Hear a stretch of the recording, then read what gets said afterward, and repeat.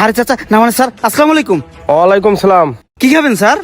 আজকে আমি খাইতে আহিনি, আজকে তোমাকে দেখতে এলাম। দেখতে আইছেন মানে বুঝলাম না। আর ভাই আপনি এখানে? হ্যাঁ আমি আপনার সাথে সেদিন আমির মডেল টাউনে দেখা হয়েছিল না, ওই আমির মডেলের সম্পূর্ণ মালিক হচ্ছেন উনি। শুধু আমির মডেল টাউনের মালিক না, এই রেস্টুরেন্টের মালিকও হচ্ছেন উনি। এছাড়া এটা ওনার মালিক? অনেক ব্যবসা আছে যা আপনার ধারণার বাইরে। স্যার আসসালামু আলাইকুম। ওয়ালাইকুম সালাম।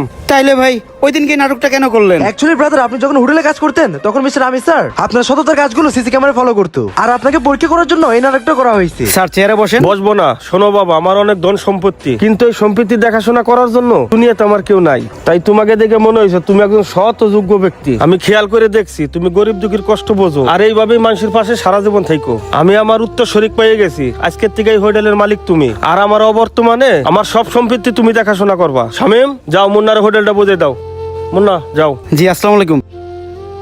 ওয়ালাইকুম সালাম। ঠিক আছে স্যার। বলেন। স্যার আসেন, বসেন বসেন স্যার। থাক ভাই আপনি বসেন, এখন থেকে দুইজনে মিলে হোটেলটা সুন্দরভাবে চালাবো। বসেন, আমি একটু ফ্রেশ হয়ে আসি। আরে ভাই সংকোচ করেন কেন, বসেন। ঠিক আছে স্যার।